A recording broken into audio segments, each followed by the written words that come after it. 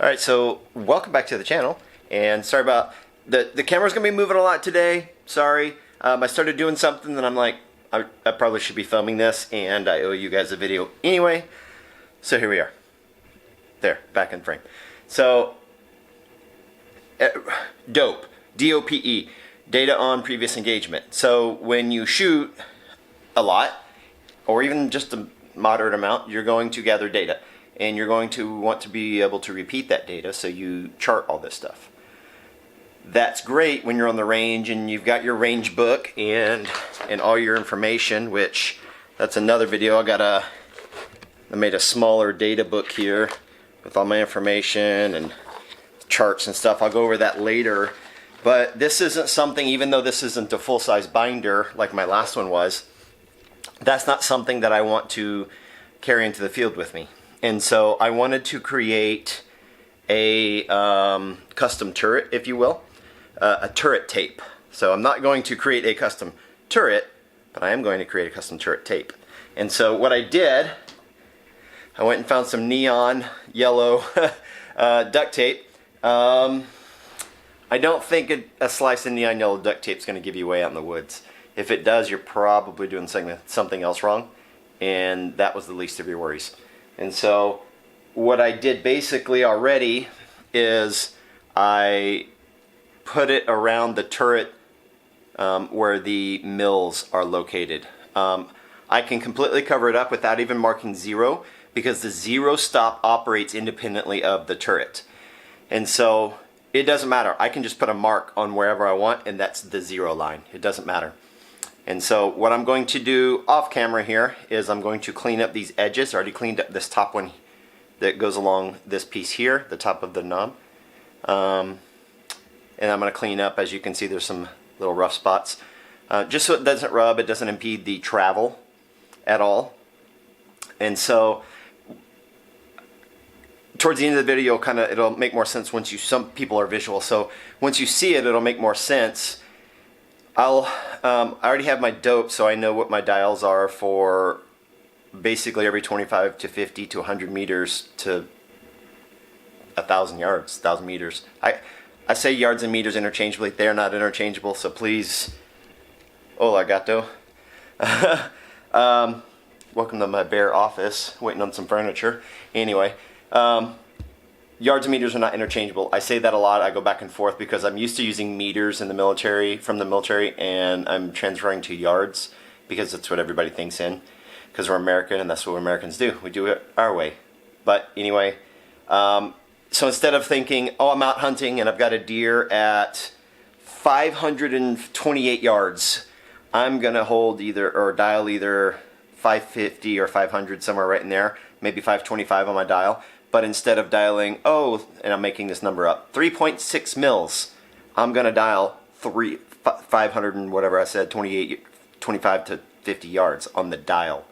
And so I'll be more precise, it'll be faster, I won't have to remember anything. One of the things that I do have to look out for is that if I rub this a lot, it's because I'm using permanent marker, it will come off eventually. I don't really put my hands there. So I'm going to try it out.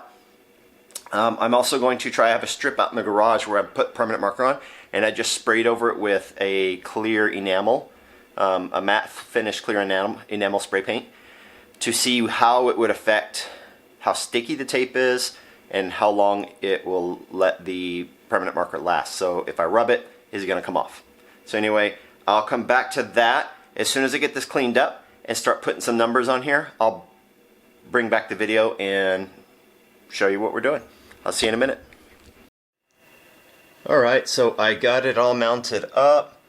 It's not pretty right now, and I actually did a higher elevation, or excuse me, higher yardage than I wanted to, just to illustrate, because I do want to fine-tune this a tiny bit right now. So after the turret is pulled up, you'll see this line here.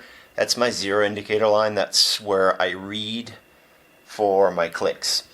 And so that's 100 yard 0. The line to the right of it is 950 yards, so we'll get to that. So right here, 100 is right on there. That's what I 0 at. And so off to the side, I've got my ballistics chart set up, And so to 200 yards, because anything between 100 and 200 yards is kind of inconsequential, I'm only up half a mil, so 1, 2, 3, 4, 5. And I'm right on that 200 mark. It's a 2, because I don't need it to be anything else. 250, for instance, is 0.9, so I'm already at 5, 6, 7, 8, 9.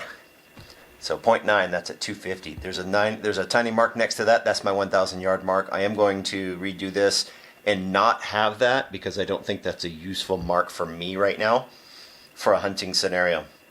I'm not going to count off each one, but the 300 yards is 1.3 mils. I can dial straight to it.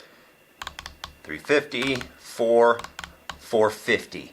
Let's say it's at 475. Well, my mark at 450 is 2.8, and my mark at 500 is 3.3.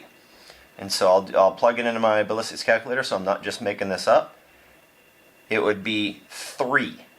So between 2.8 and 3, so really I could go 2.8, halfway roughly would be 3. So that'd take me to 475. You know, that's not always going to translate perfectly, but I think for my use, sorry, my camera's kind of leaning over here. I'm hand-holding this, sorry about that. But for my use, like I was saying, that's perfectly adequate. We could take this all the way out. There's 500, 550, 6.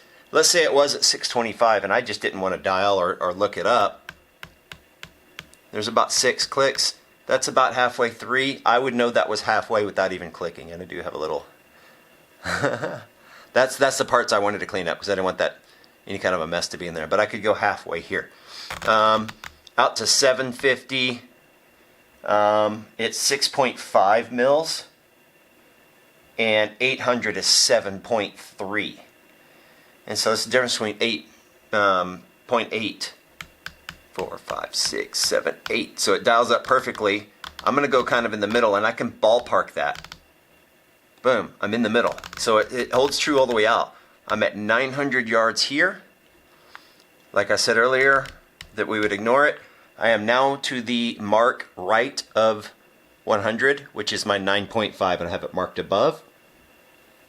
And then for 1,000, at 1,000, I am at 10.8, which is just shy of my 250 yard mark on the other side. And so for me, this works. I am going to redo this. I'm going to clean it up a little bit better. But I do wanted to show you guys a quick video on what I did, what I was experimenting with, why I did it, and how this is going to work. I think that if I do become worried about, sorry, all the bumping. If I do become worried about putting my hands on the tape too much, things like that, I could use a strip of clear packing tape to cover that. But I need to declutter it a tad, so I will not be putting the 1,000 or the 950 on there. If I've got to shoot that far, I've got time to look it up. But as like I told you earlier, or I showed you earlier, just a second ago, before I even get a full rotation back, I'm actually not even going to put that 950. That's too close to the 0 mark. But I'm going to go to 900. And I think for my use, perfectly acceptable. And I'm going to redraw these to orient the numbers up and down. As you can see, I tried to write them across here, and then I started going up and down here. That was a lot easier to write because of the size of it. But I think what I'll do next time is I'll put the hash marks every 50 and then take it off again and then write it in so it's cleaner. I'm almost 50. My eyes suck. I gotta wear these just to see what I'm doing here because I can't see the screen on the camera, and I can't see this without my glasses. I can make out the shape of the number that I wrote. I say I can't see it. I can see it if I'm not sitting here with my glasses on. As soon as I put my glasses on, my eyes relax, don't get as tense. Then I need my glasses to see this. But if I haven't been wearing my glasses all day, I can read this. And I will write it a little bit bigger so that it suits me a little bit better. As far as what does this look like if you rub your finger on it? 5, 6, 7, 8, 9, 10. So 10 times it's already fading. And so you see now why you would want to protect it. They do make better materials. There are companies out there that will make these for you. Just depends on how much you want to spend. I spent money on duct tape that I was already going to use for something else anyway, and I already have markers, and so really this is almost the cost of zero. If I factor in the actual cost of the tape, I'm into this a few pennies. And even if I have to put some clear packing tape over it, I may experiment with a little bit of clear nail polish or something like that just to show, but I'll do a story on that one later. And with that, just wanted to give you guys an update and stay tactical.